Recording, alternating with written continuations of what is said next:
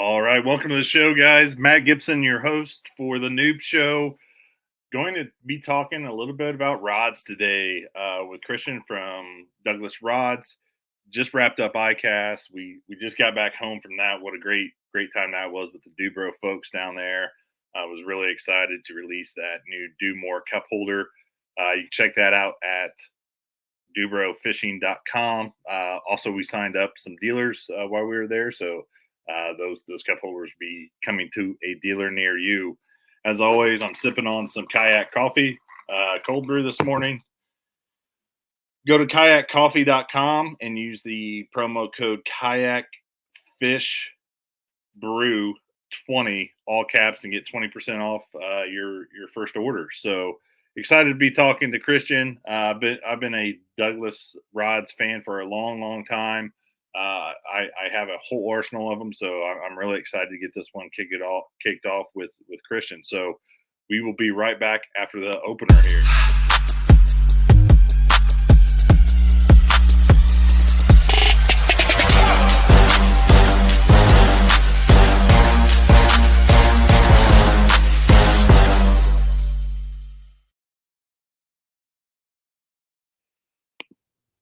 All right, Christian, how's it going, man? Hey, what's up, Matt? Thanks for having me, man. Sick intro. Yeah, you like that? Awesome, dude. Just Yeah. laying it down. Yeah. Yeah. John Rapp and the boys did some really good work on that one, man. So how's it been? I know you've been busy.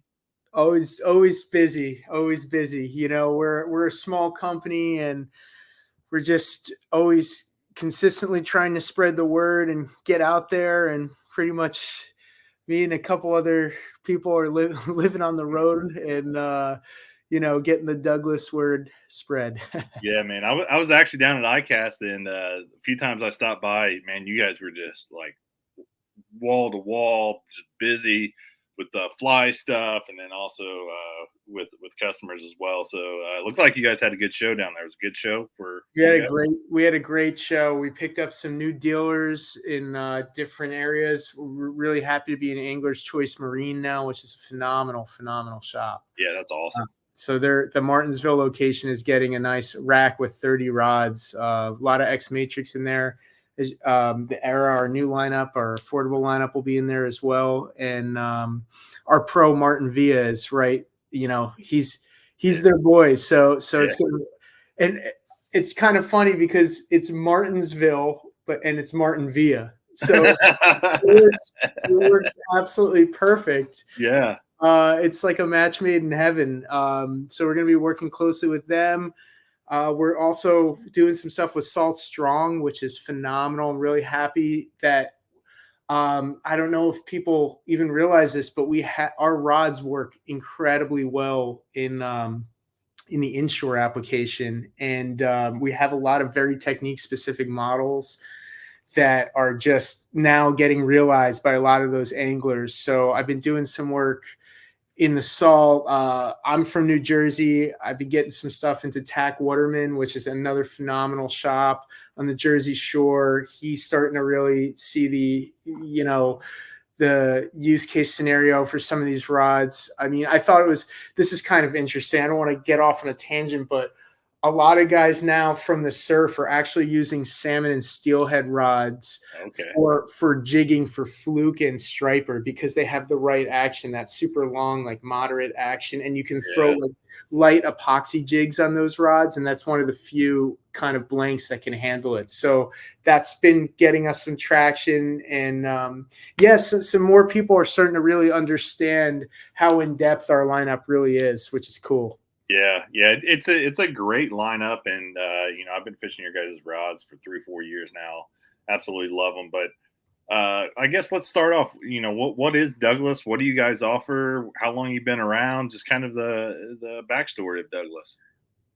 So the backstory of Douglas is actually super interesting if you really get into the backstory, because it's like the ultimate origin story. Basically, the Barclay family has been in this area. We're located in Phoenix, New York, which is really close to Syracuse.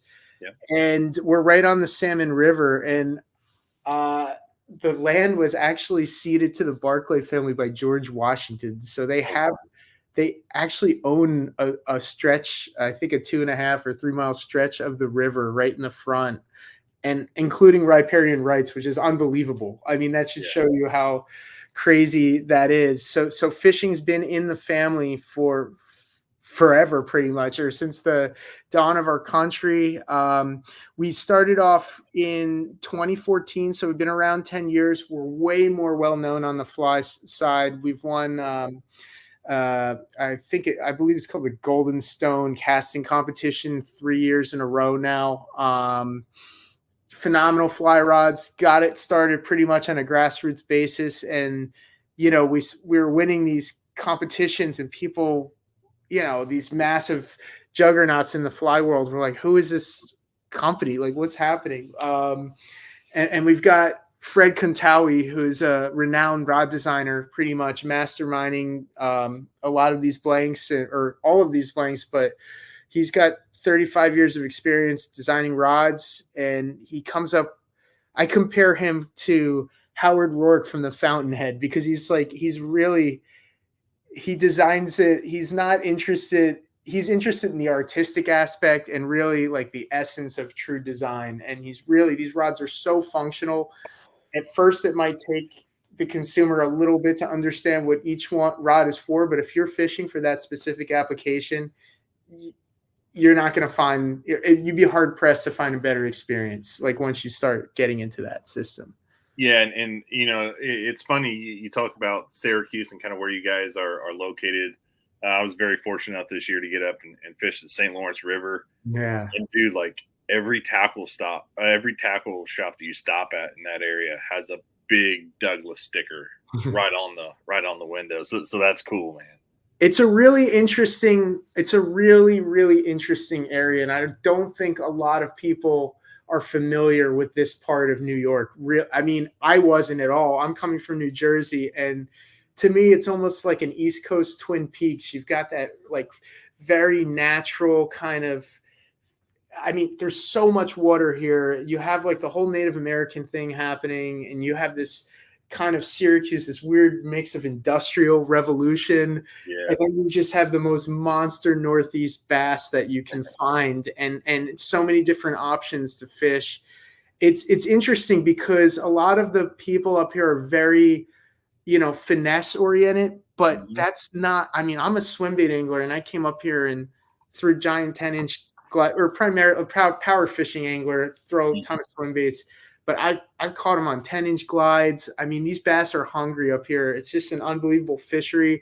Yeah. And there's just more to be done than just finesse angling, which is great for us because we have so many, Fred is from Clear Lake, from the West Coast, and a lot of those applications actually are super applicable here. And people are just starting to, I think, delve into that now, Yeah, it's funny. We were fishing the St. Lawrence up there, and I'm a smallmouth addict. And man, I love throwing glide baits. You and I have talked about it a little bit. Mm-hmm.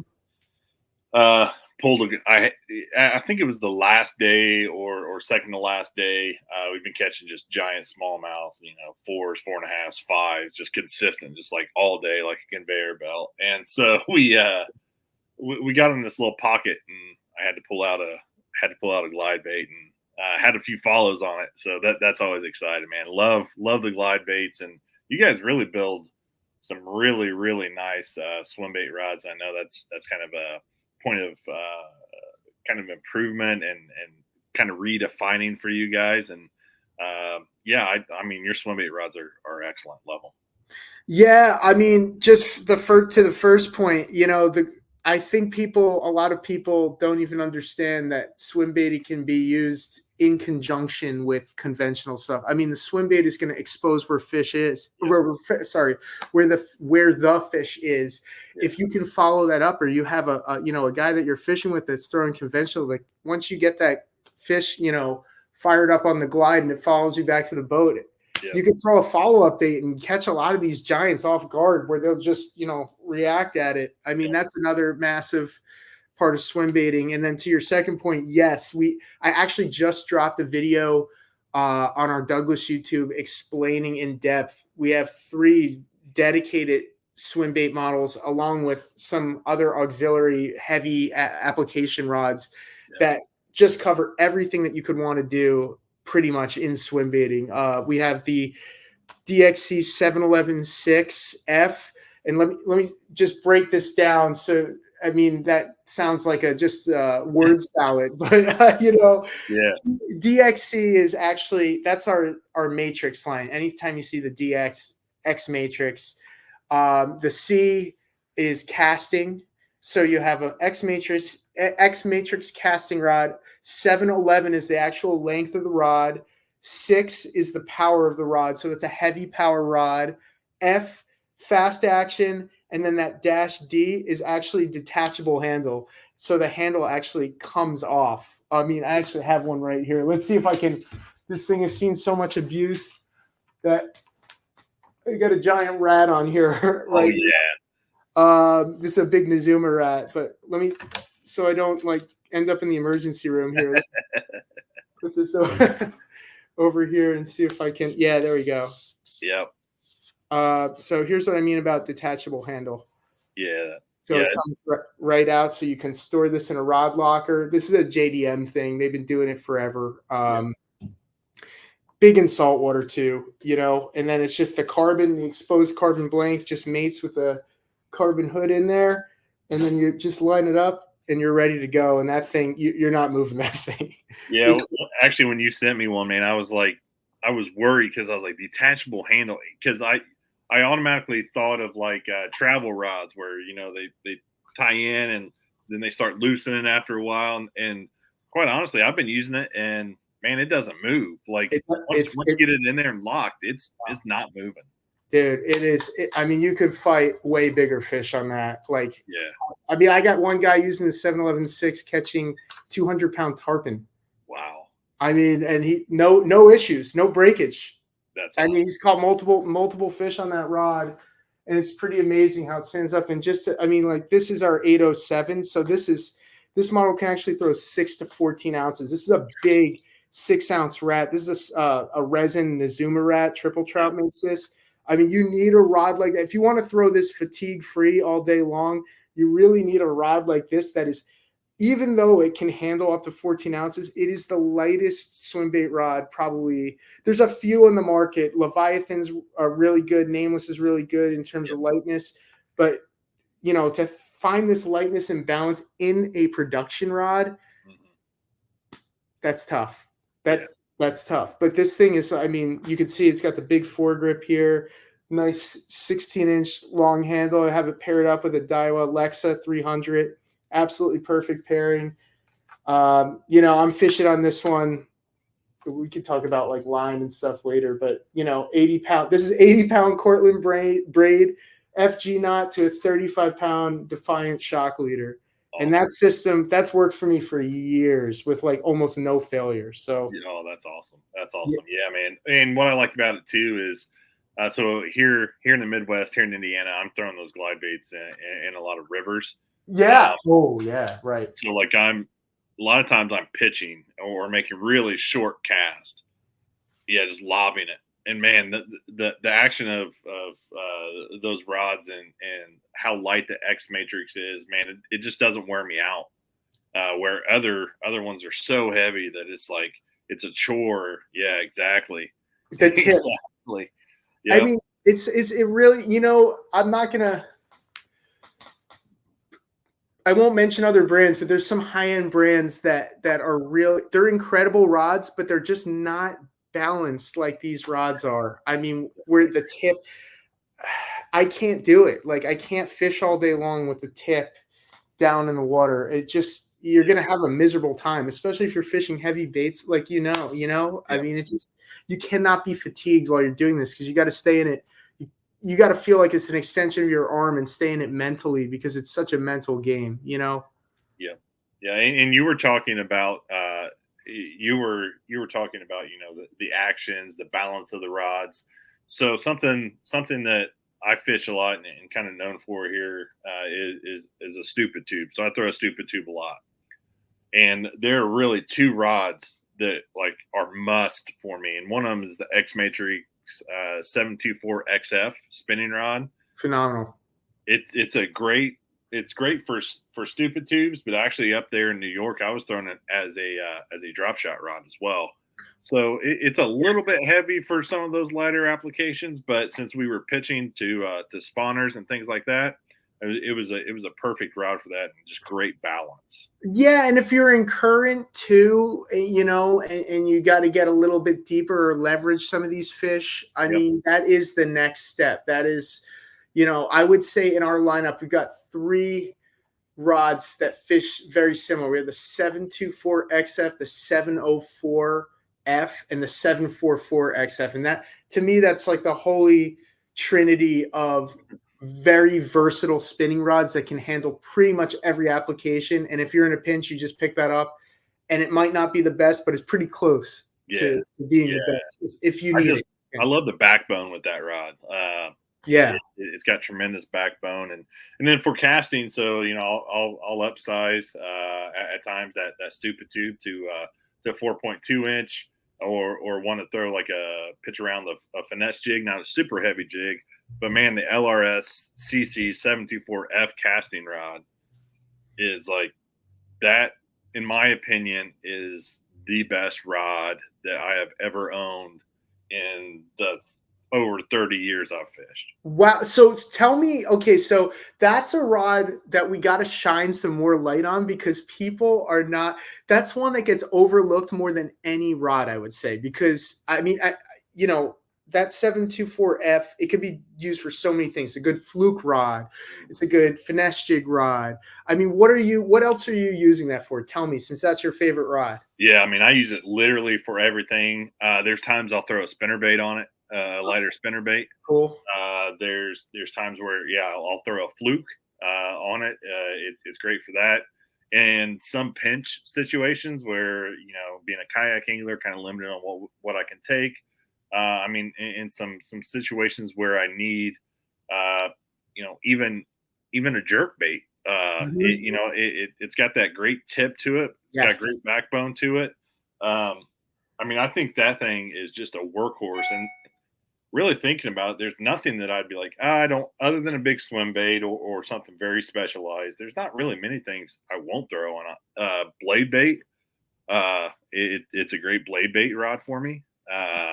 It's just a workhorse, and I do not leave home fishing without it. Like, that is just a rod that I take everywhere. It's really cool, man, that and this is across the lineup too. Whenever you see a fast action in Douglas, to me it's more of a moderate fast because you Yeah. have that like really long tip Mhm. that even though it gets the hook in quick, it has that awesome.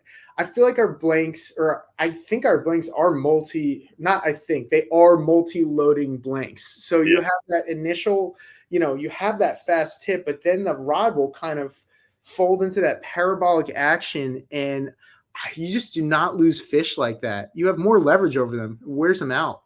Oh, totally. And those stupid tube haters out there, that's one thing they always say is, well, you lose a lot of fish on the stupid tube. Well, yeah, you do when you're using the incorrect equipment.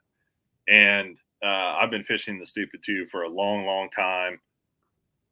And honestly, I don't lose many fish anymore because of this setup. I mean, I pair the spinning rod with the 8 pound, and quite honestly, with that casting rod, I can be anywhere between 12 and 17 pound test line, and I Yeah. can throw a micro, a small finesse jig on it to that stupid tube, and I mean, you can throw a buzz bait on that rod. You can throw Yeah. a lot of different things on that That's a rod. really good popper rod too. Yeah. Like top water, anything treble, like it's got the right, it's not stiff enough to where you'll lose it, but it's also not just a noodle where you can't even where they'll just spit the hook, Yeah. Yeah. It's kind Yeah. of And I mean, it drives that hooking them really, really good. So, we've talked about a lot of things. We've went kind of technical a little bit. Let's start off. If you were walking someone through how to select a rod, kind of where are you starting? Where are you starting that discussion with them with the Douglas lineup? Okay, so I would direct them to two rods pretty much that I feel can really do everything.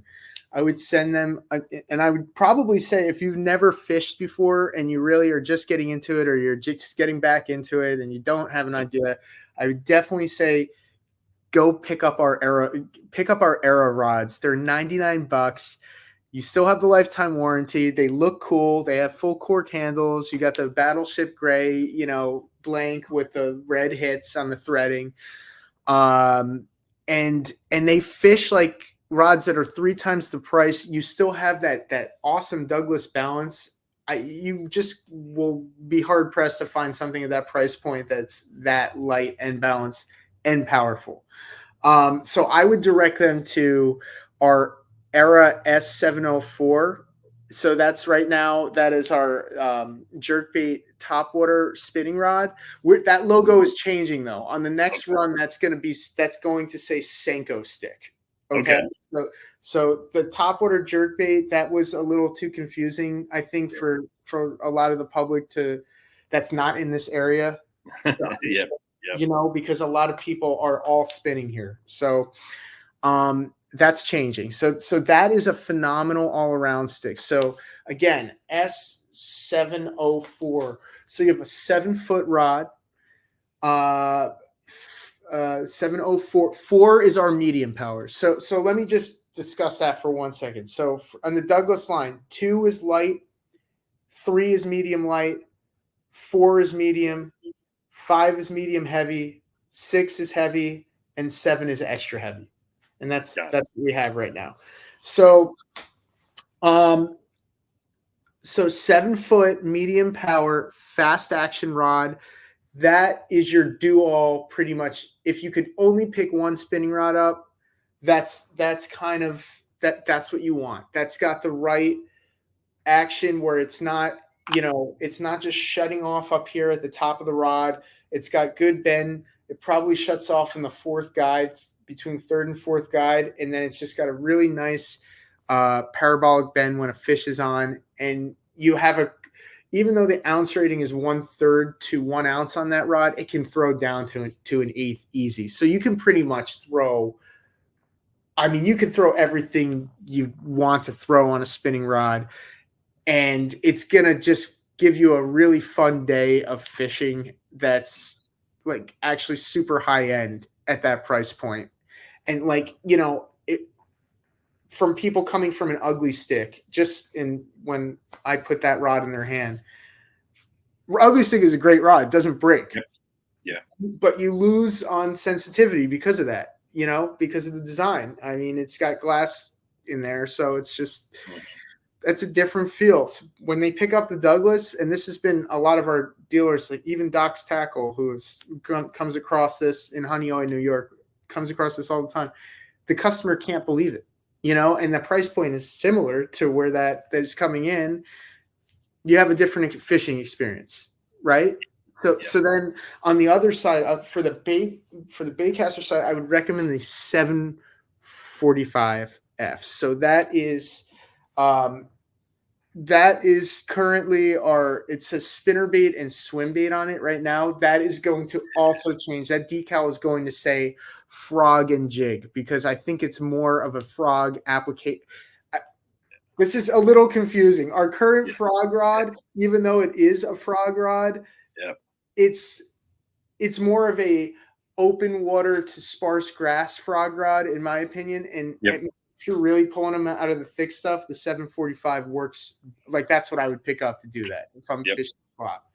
So, and then like the fast tip on the 745, it still allows you to really walk a very light frog. It doesn't overpower it. And then you have just a little bit more parabolic bend, a little bit more backbone than you do in the 765. So the 765 is an extra fast tip. I prefer that for bottom contact stuff, because it's just going to, if I'm trying to get like a heavier shaky head through or a jig, and I got to get through a weed guard and I got to get through grass too, or I'm picking that rod up just because it responds a little bit quicker. So just getting back to that 745, that is, to me, that is the most versatile bait cast that we have. You can chatterbait on it, you can spinnerbait on it, you can frog on it, you can throw a mag draft on that. You can throw a 2 ounce, a 6-inch mag draft, not an 8-inch, but a 6-inch. Swim jig. So that's what I've been throwing. Phenomenal swim jig rod. Yes. Yeah. So I throw a 1/4 ounce swim jig, very typical here in the Midwest. 1/4 ounce swim jig. You vary the trailer with how high you want that bait to go, or how you want it to fall.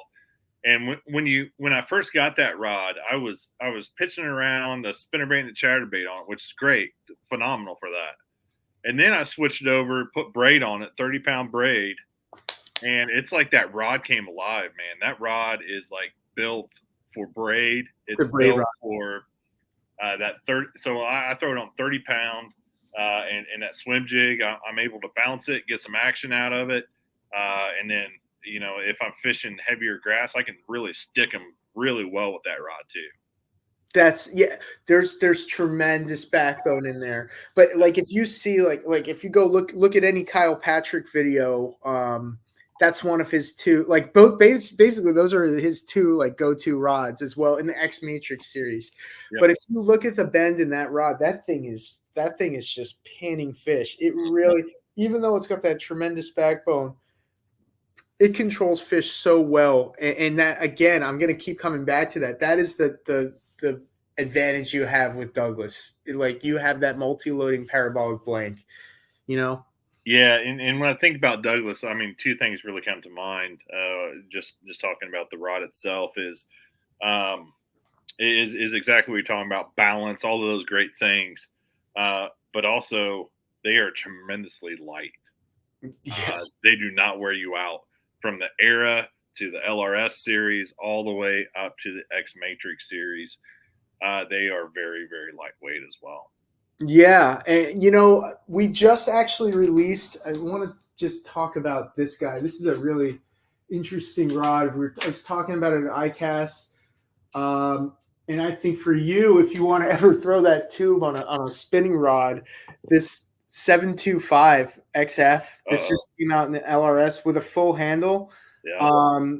Man, it's a beast. It'll handle up to 1 1/4 ounces, 3/8 to 1 1/4 ounces. So if you want to jig on a spinning rod, or if you want to do any kind of inshore stuff like jigging for fluke, snap jigging for striper, this rod is phenomenal. Fishing in current, like, can you imagine taming smallmouth on this thing? I mean, yeah, that'd be awesome. Yeah, light finesse jig, like, yeah. I mean that thing could be just a killer.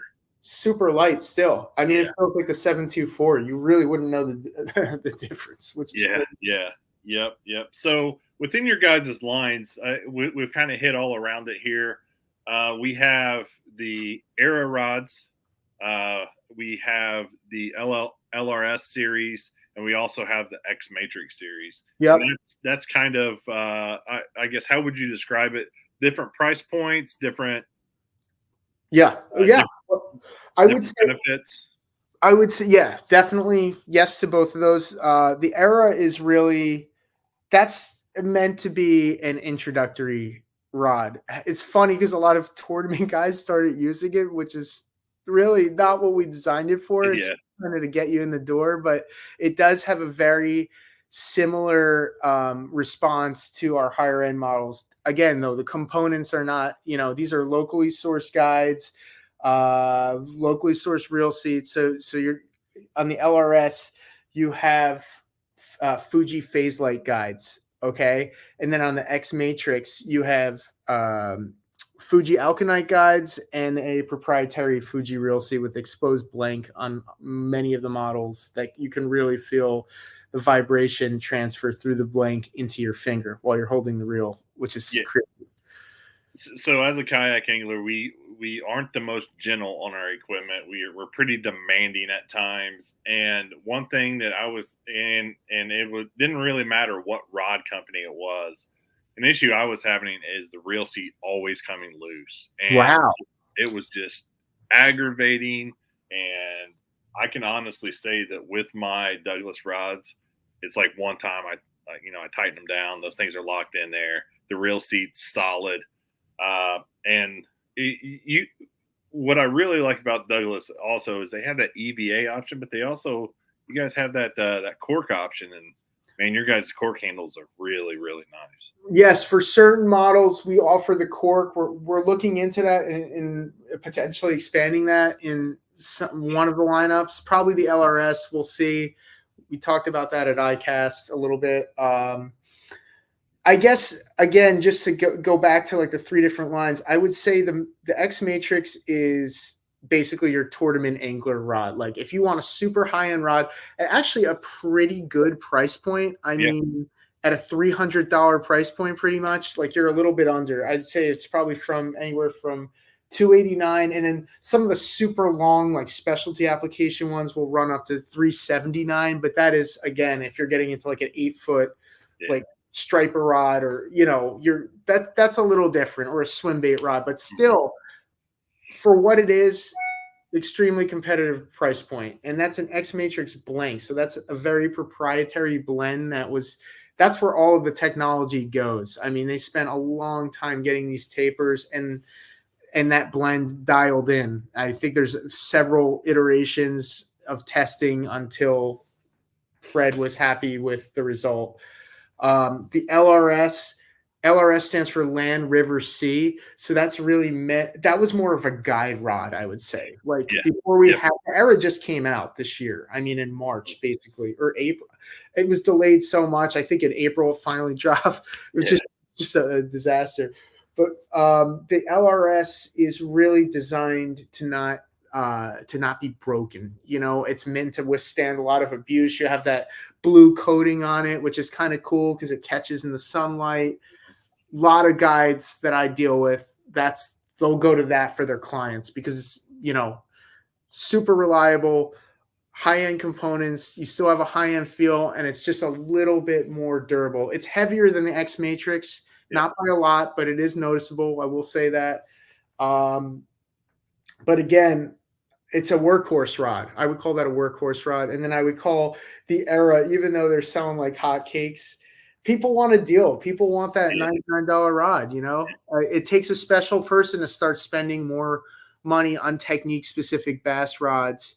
It's almost like a gambling addiction or something because yeah. you can't stop once you start, as you know, I'm sure. But yeah, that was just designed to be an introductory rod that really is punching above its weight class.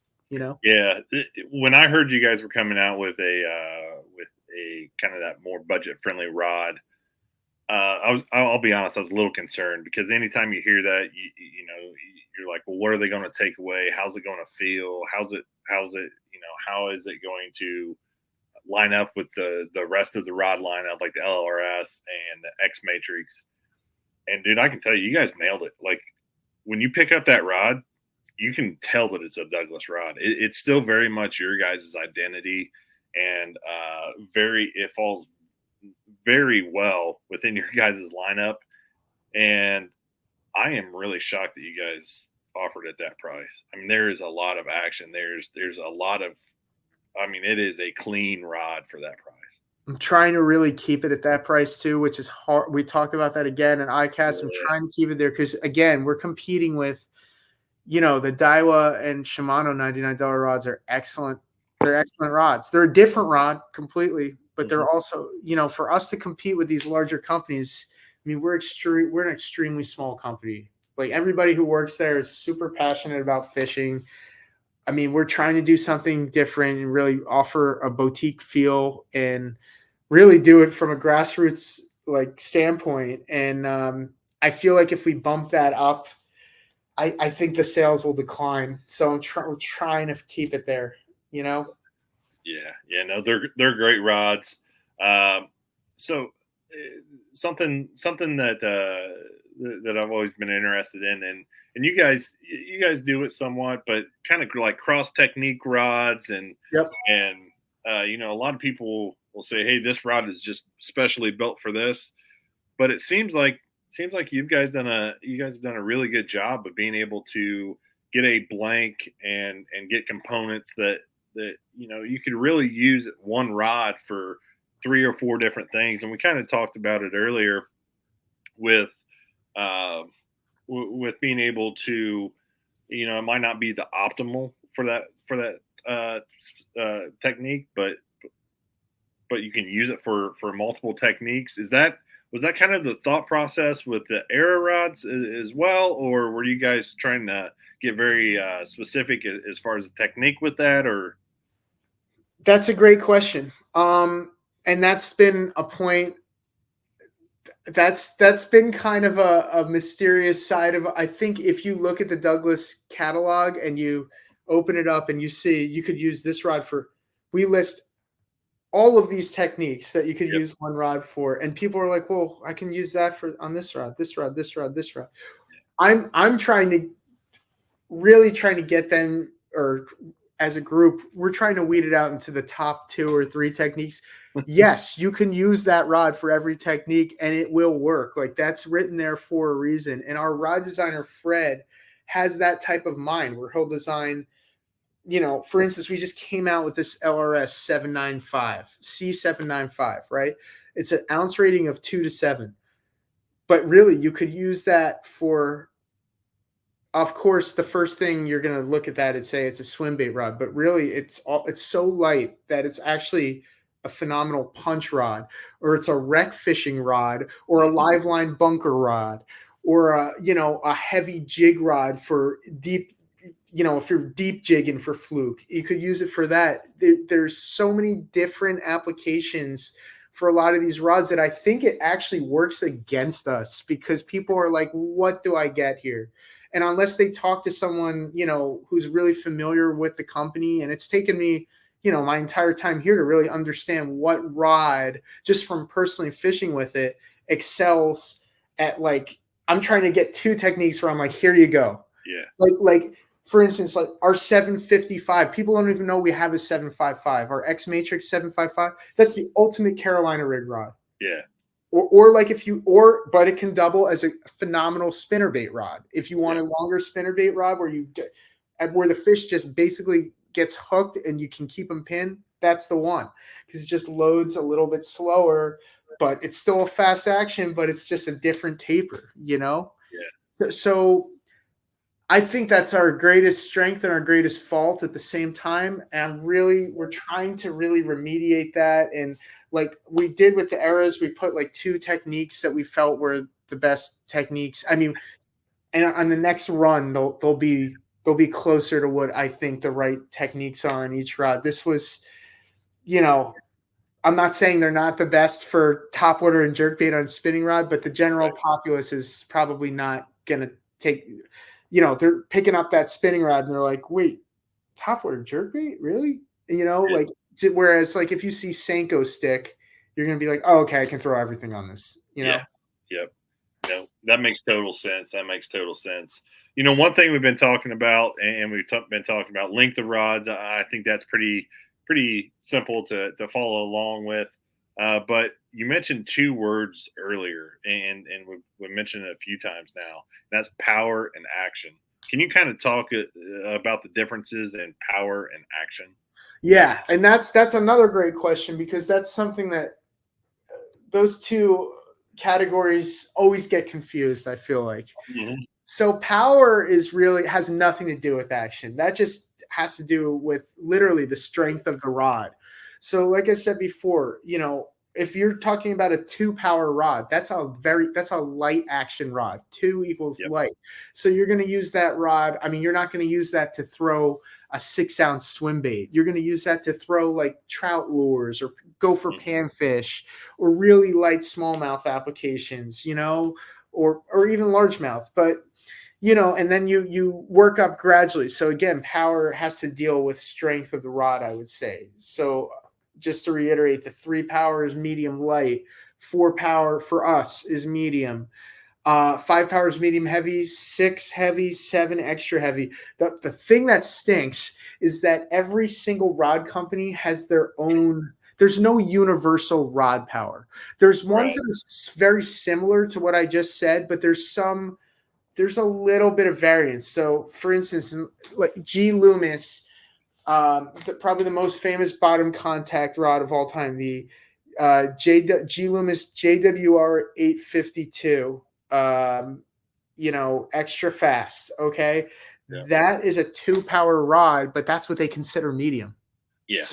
So like, and they have a different power rating in every lineup. So it's Oh really wow. Yeah. it's really specific to each rod company. So I would and then I associate power to, as soon as I see what the power is, the first thing I do is actually look at the ounce rating. I think that's more important a lot of the times than Yep. the actual power of the rod. Yep. Because, for instance, we have an X Matrix DXC 784F. Okay, so that's a medium power rod, but that can throw a 2.5 ounce, so that's even though it's medium, a medium power, it has more of a parabolic action. So it that's why I look at the ounce rating. I'm just like, okay, well, this is a rod that has a really tremendous backbone, but a tip that kind of will bend down into the blank. But even though it's a medium, it can handle 2.5 ounce baits. You know what I'm saying? Yep. So then I'll look at the action and I'll be like, okay, so action has to do with. I don't think we talked about all of the different iterations of action. So you have a moderate action. That's when the rod is going to. Okay, so here's a moderate. A moderate is really, and this is an era 704M. So M is moderate. So this is our crankbait rod. As you can see, I have a DT6 on there right now, but just not knock everything over. But see the bend in that? How I'm bending down into like that's the middle of the rod right there. Yep. Here's the end. So that really, that can handle, that's meant to cushion treble hooks. Whenever I see moderate, I'm thinking specific applications, because in punching too, you want a moderate rod because you don't want to pull. You're not anything where you don't want to pull the hook out of the fish's mouth. Yeah. Yeah. Okay. Yeah. So then you got MF. So that's moderate. That's not what you have moderate fast. Yep. Okay. So that's like in between moderate and moderate fast. So that's a little faster loading blank, still on the slower side in terms of like the grand scheme of things, but not, a true moderate. Then you have a fast action. So that's obviously like what we were talking about. That's pretty much the majority of the Douglas lineup, I would say, is a good fast action rod. Our fast happens to be more of a moderate fast rather than other lineups where they just shut off kind of right here at the first or second guide. The extra fast is an extra fast tip that, that's where you have just the backbone starts higher up. Where is that good? That's great for bottom contact situations. Anytime you have to do something technical, like, some guys will, like we said before, they'll like to walk a frog with an extra fast tip because it transmits feedback quicker than, a fast tip. It's easier to get away with that. Yeah, and that's in the spinning rod, that the XF is killer for me anyways. Throwing that stupid tube and being able to skip under a dock. Yes. Get them out. Yes, exactly. On the cast, that comes into play there too, where you're not, on a moderate rod, you got this big loping thing. Yep. If you're not really loading up the rod, it can be a nightmare to be accurate with that. So to have that extra fast tip, it's more of a, pinpoint thing going down the line, good for dock skipping. Yep. And like you said, you have that extra oomph to just get the hook in and just get them out real quick. Yep. And get them back to the boat. And then, I mean, there's slow loading or slow action rods too. I mean, they don't get talked about a lot. That's an older school thing, but that's more, that's like a moderate rod too. And like our salmon steelhead rods, if you're doing, if you're going for float fishing for steelhead, that moderate action is killer because those things are taking runs on 6-pound line, in current, and they're like torpedoes. You need the rod to really bend down and do the work and fight them rather than you're fighting them on extra fast tip. they're gone. That they're breaking you off. There's got to be give somewhere, and you can see on a lot of websites. I think we have it. We have it somewhere. We have a deflection chart of where each of the actions are. Where they shut off. I think St. Croix does a really good job of that on their site. It's blatantly apparent. But it's just something that you got to get familiar with power in action if you're a beginning angler, and I would start off like on the casting side with a medium heavy fast. I think that's a universal action that you can do pretty much everything on. You might not do everything great on it, but you can do it well. And then on the spinning side, I would go with a medium and then medium fast action. So I think the extra fast gets you into more technique specific. That was like I feel like in 2016, 15, 16, that was like the rage. Like you had to have a tip that shut off right here, extra fast tip, and everyone was going nuts with that. And then everyone's like, wait a minute, maybe not, because people are losing fish, Yeah. And it's funny you mention that, because I remember, we don't have a tremendous amount of opportunities to flip here, and I'm not really well versed in flipping, but I remember seeing some of those guys flipping and seeing just a little bit of rod bend, and all of a sudden Seth Fighter comes on the scene, and it's like, flipping grass and just nailing them every time. Because I think about it, those fish in grass, so you already have an obstacle with the grass, right? Mm-hmm. When a bass bites, they're repositioning constantly, right? And then think about it, if you're flipping real, an ounce or above, or even 3/4 of an ounce, that's a lot of weight that's in those things. Mouth and Seth, that's cool that you brought him up, because he's kind of changing the whole. I mean, he doesn't snell. He uses a ringed wide gap hook.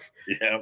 And he's fishing like a Palomar. And I actually tend to agree with that. I think the snell, because it forces the hook up quick. If you're pulling this way, think about it. The hook is already forced up.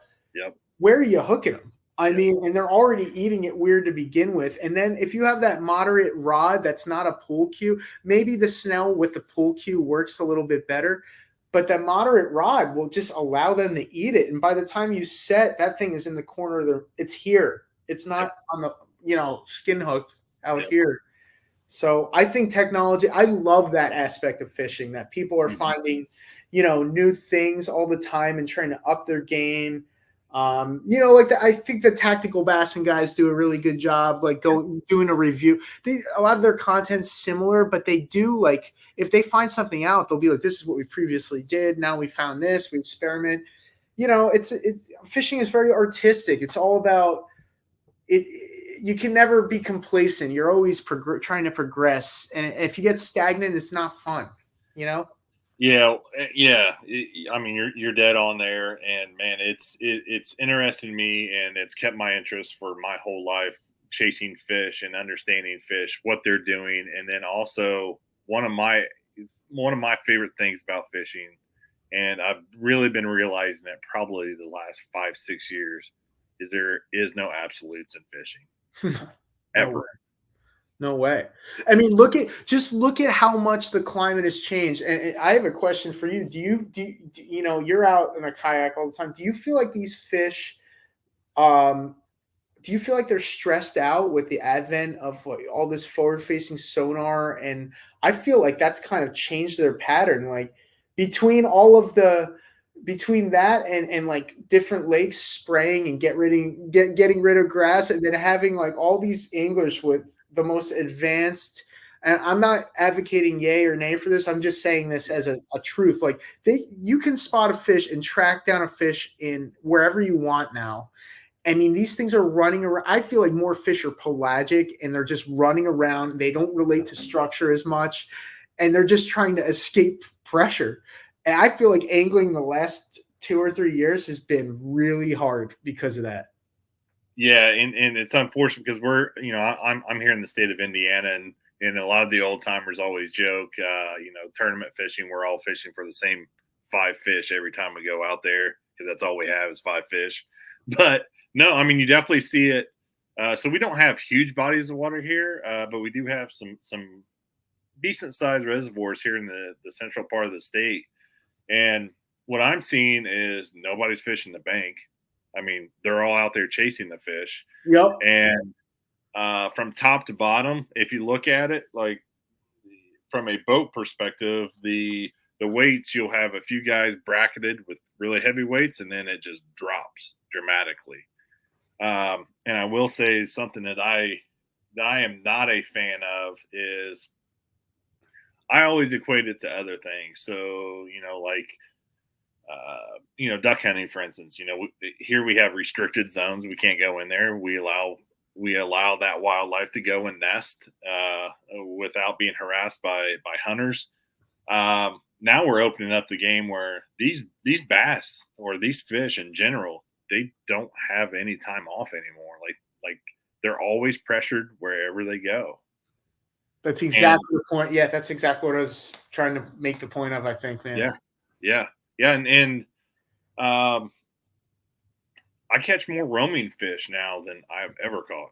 Just like why is that fish there? Why like why is he over there when there's a dock right here? Or I know there's a brush pile over there, but he's not on the brush pile anymore. I mean, it's so crazy because I've had the same experience as well, even with the glide bait fishing. I mean, what I've been doing this year and the most successful I've been is literally open water. I don't look at anything. I mean, even if I'm on a boat, someone's boat with a scope, I don't want to see it. Yeah. I don't care, man. I'd rather get skunked, honestly. But that's personal, me personally. No. So I've been throwing these bomber casts out and just really trying to be in thinking about it almost like a big jerk bait and just covering as much water and trying to get like a genetic response. I've been getting eaten in places that you would never even think. Yeah. Like, there's nothing there.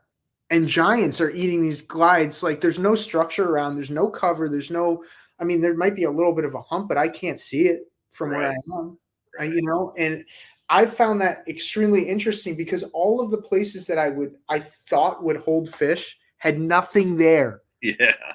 Nothing. Yeah. No, and it's funny you mentioned electronics. I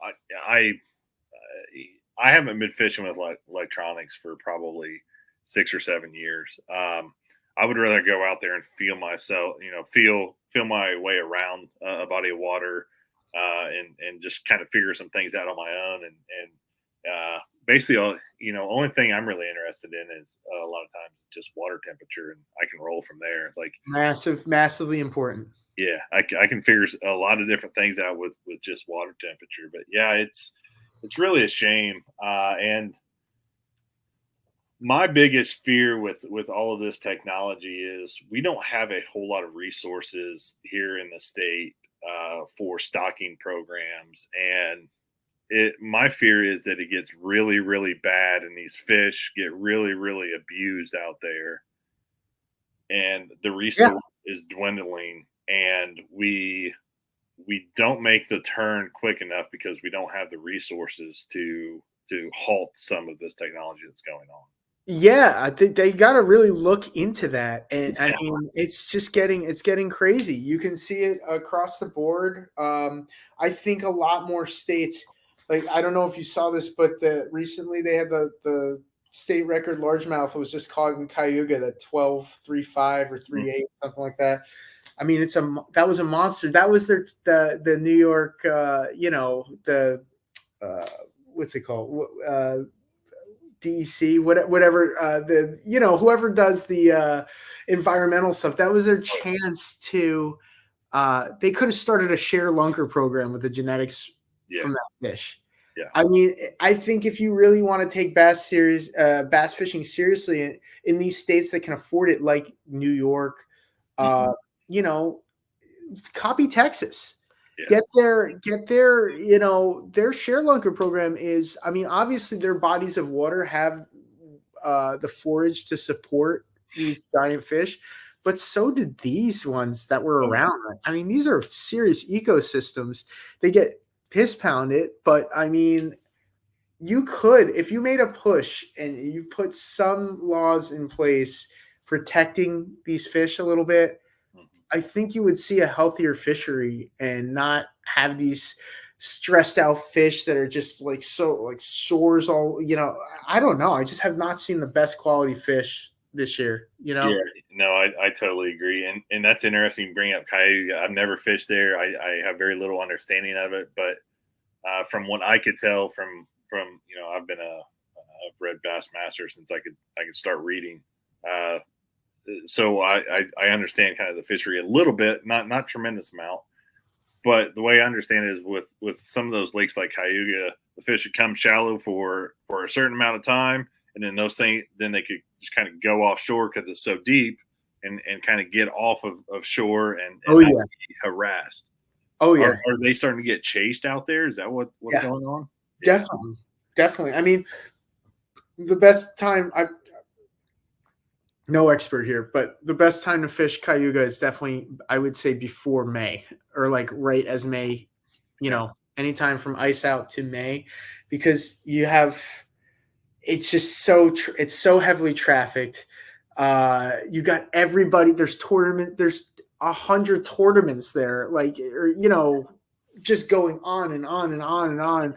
Yeah, these fish never get a break, but now you can go track them down wherever they are. So they're never like recuperating, and they're getting slammed, and they're getting thrown in live wells. mm, Like that is something that's gotta, that they gotta really look at that. That's crazy too. Some of these just magnificent fish are just sitting in a well all day long, stressed out, yeah, getting taken away from wherever they're, yeah, man, I don't know. I saw that, just the fact that the anglers had to take fish an hour away to weigh in at the Bassmaster Classic this year, like that is to me, man. I know this is polarizing, but that's just irresponsible. There's no way that's healthy for, no matter, even if they have environmental people there to get them back. You're taking an hour trip in a tank.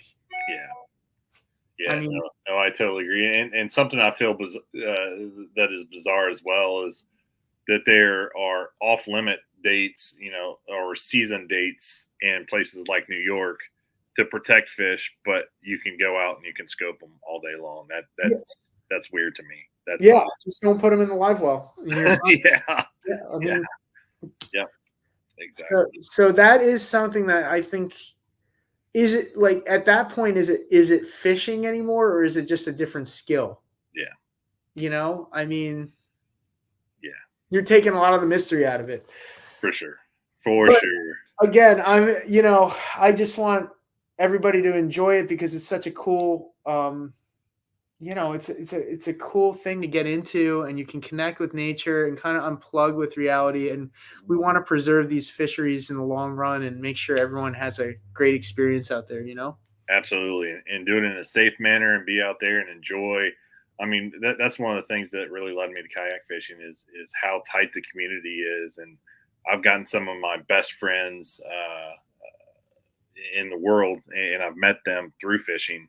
And fishing is just, I mean, it's great. I actually just did a present. I went through a presentation class this week at work, just kind of a refresher deal, and talking about fishing and just trying to pass on some of the knowledge, and pass on how great this sport really is for everybody, for youth, for anybody from 5 years old all the way up to 95 years old. Like that's what's great about fishing. Yeah, there's no, I mean, it doesn't limit anyone really. I mean, you can, if you're creative, you can figure out a way to catch them. Yep, yep, absolutely. So how many rods are you taking in your yak? Like when you go out? Typically, it's six. Okay, that's cool. So you have them set up. What's your setup like? Yeah, so in the river, I put them below my seat, and then Okay, on lakes, they go straight up in rod tubes. Right cool.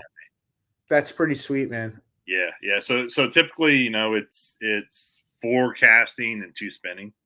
Okay. Is typically what I do, and with your guys' lineup and how it varies, but how I can cross over things. I mean, I other than my swim bait rod, like everything else is pretty much like interchangeable with whatever I want to do. That's awesome, man. Yeah, the whole kayak thing. I love it. I love the idea of it. It's just, for me, the swim baiting. It's really tough to get a hook set. Do you sit down all the time, or Yep. that's that? See, for me, like with the big, I get scared with the big trebles, like especially up close. Like if Mm, you're just hitting them at a different angle, yeah. I don't know. No, it's a lot of fun. One of the things that I didn't realize until I really got into kayak fishing, particularly river situations, what I really like about it is you're so close to the water, you're so low. It's awesome. I actually feel current. Yeah, that's I cool. can because it'll move the boat. So like I feel it. I feel it in my butt. Like I feel current pushing me. I feel how current's That's moving. sick, man. Yeah, yeah, it's awesome. It's Yeah, awesome, and yeah, it, I, it's a I just sit there and roll cast all day. So that's such a cool way to connect to nature, and plus you guys can get into the skinniest water imaginable, which I think is like that's the real advantage. You can oh fish areas that none of these people can touch, you know. yeah, no, it's great. It's great, and throwing those throwing those big baits, like you get that, you get a decent sized smallmouth. I mean, it's going to move your kayak. Oh Like yeah, they'll you're tell you. just kind of you're just kind of there with it, and you just got to kind of roll with it. And man, it's so awesome. The smallies, they love to jump, as you know, and man, they'll get like almost eye level with you in the kayak. Like they're jumping that high, and you'll just see that big bait in their mouth. It's unbelievable, man. Dude. And so also like you got to be on point with your netting technique too, man. Right? Yeah, yeah, yeah, for sure. You There's a lot of things you have to be aware of, and in a lot of situations you're still moving down river, so you got to kind of keep your head on a swivel while you're reeling in a smallmouth. So it can be a challenge at times, but man, it's fun. It's awesome. That's awesome, man. Yeah, That's sick. yeah, yeah. Next, if you're ever in Indiana, give me a holler, man. I will the next. I will be there, man. I Yeah, will. yeah, we'll go throw some glide baits on the White River here, and we'll go catch some for sure. Awesome, man. Love it. Hey, we're coming up on an hour here. I really appreciate you coming on and explaining rods. Where can folks find Douglas rods, and then also if they have any questions, where should they reach out? Well, douglasoutdoors.com. That's your our site, and that's where you'll find out the most info. You can hit me up at C Colabelli at Douglas Outdoors. If you got a question, I'm happy to answer anything. Or you can just reach out through the website, contact us. I'll end up getting the message. That's one of my favorite things too. Is I'll be like, hey, I need a rod for this, and you're like, yep, you need this one. I'll give you a couple. Yep, I'll give you some choices. yep, I can definitely speak to the rods just because I put in a lot of time. It's a daunting lineup, but like I said, once you start understanding, if you really want to get dialed in and you're really a technique specific fisherman, yep.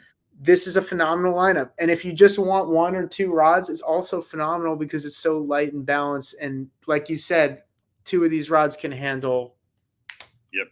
a plethora of techniques, Absolutely, absolutely. Well, thank you again for coming on. So go out, look at the rod selections. Your guys' website's like one of the best in the world. You can Oh go my God. in and you can filter like technique.